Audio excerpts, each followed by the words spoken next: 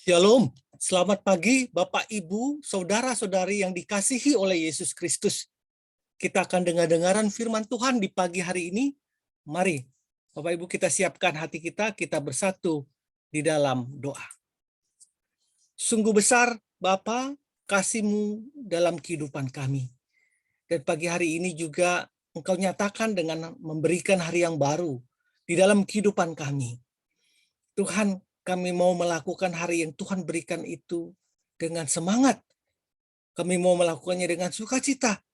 Karena kami tahu Tuhan ada rencana baik yang Tuhan berikan kepada kehidupan kami. Untuk itu Tuhan, mari datang. Berbicara Engkau seluas-luasnya dalam hati kami di pagi hari ini.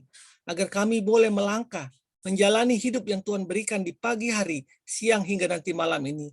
Sesuai dan seturut dengan kehendak Tuhan. Di dalam nama Tuhan Yesus Kristus kami telah berdoa. Amin. Bapak Ibu yang dikasih Tuhan, judul kita adalah pilihan hidup. Pilihan hidup.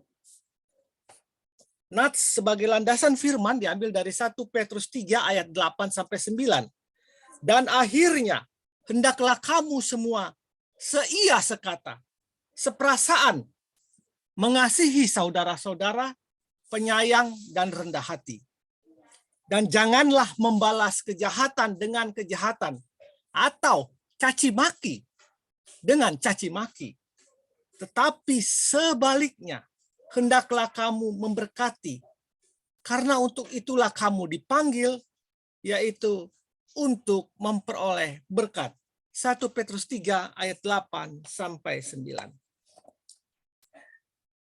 Saya akan memulai cerita ini dengan kisah Yusuf, yang merupakan suatu kisah di buku kehidupan, menyiratkan penderitaan Yusuf yang disebabkan oleh rasa iri hati saudara-saudaranya, sehingga ia dijual, dijadikan budak, dan dijebloskan ke dalam penjara atas tuduhan yang tidak benar. Bukankah Yusuf memiliki alasan yang kuat untuk menyimpan luka hati, untuk menendam dan suatu saat akan membalasnya? Namun ia tidak menyediakan dirinya untuk benih-benih kebencian tersebut. Ia berujar bahwa segala perkara buruk yang ia terima telah menyiapkan dirinya untuk rencana Tuhan yang indah. Ia telah mengubah luka hati dalam dirinya menjadi hikmat dengan mengambil sikap positif dari sikap negatif yang dia terima. Dia merubahnya. Bahkan ditulis dalam buku kehidupan. Memang, Yusuf berkata, memang kamu telah mereka-rekakan yang jahat terhadap aku. Tetapi Allah telah mereka-rekakannya untuk kebaikan. Dengan maksud melakukan seperti yang terjadi sekarang ini. Yaitu memelihara hidup suatu bangsa yang besar. Jadi Yusuf mengerti, walaupun dia sudah diberikan sikap negatif, mereka-reka kejahatan oleh saudara-saudaranya, tetapi Tuhan merubahnya untuk kebaikan dengan maksud yang lebih besar dalam kehidupan Yusuf. Bukankah banyak lagi hal dalam firman Tuhan yang terjadi seperti saat ini, yaitu orang-orang terdekat kita. Ya, seperti Yusuf tadi dengan saudara-saudaranya. Juga kita bisa lihat Daud dengan anaknya Absalom. Di mana Absalom ingin membunuh ayahnya Daud. Hofni Pinehas dengan orang tuanya Eli, di mana Eli sang melihat Hofni dan Pinehas yang jauh daripada Tuhan, mengambil persembahan Tuhan. Hana dan Penina, kemudian istri Ayub. Ya, orang-orang terdekat ya, kita bisa lihat anak-anaknya, istrinya, saudara-saudaranya yang potensi untuk menyakitkan hati kita. Jadi sekeliling kita, ya, saudara-saudara kita. Apakah kita menjadi marah dan mempersalahkan mereka? atau kita merasa kita tidak pantas disakiti karena kita tidak melakukan kesalahan.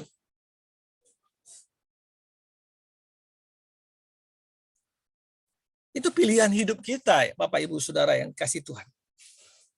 Apakah kita mau membalas atau kita tetap setia untuk tetap bertahan dan tetap mengasihi orang yang menyakiti kita. Tetapi saya mau mengatakan, dalam firman Tuhan dikatakan, ampunilah dalam doa Bapa kami.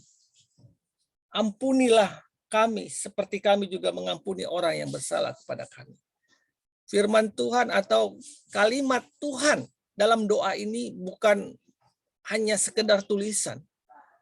Allah punya maksud yang lebih besar daripada kalimat ini. Pada waktu kita mengampuni orang yang bersalah kepada kita, ada rencana Allah yang besar yang akan terjadi nantinya kepada kita. Sama seperti Yusuf, ya, dia tidak menaruh dendam kepada saudara-saudaranya dan Allah mereka-rekakan kebaikan untuk melakukan hal yang lebih besar dalam hidup Yusuf. Bukankah hal itu juga akan terjadi dalam hidup kita jika kita boleh memilih pilihan hidup untuk memaafkan orang-orang yang dikasih kita, terlebih orang-orang di sekitar kita, orang-orang terdekat kita yang menyakiti kita.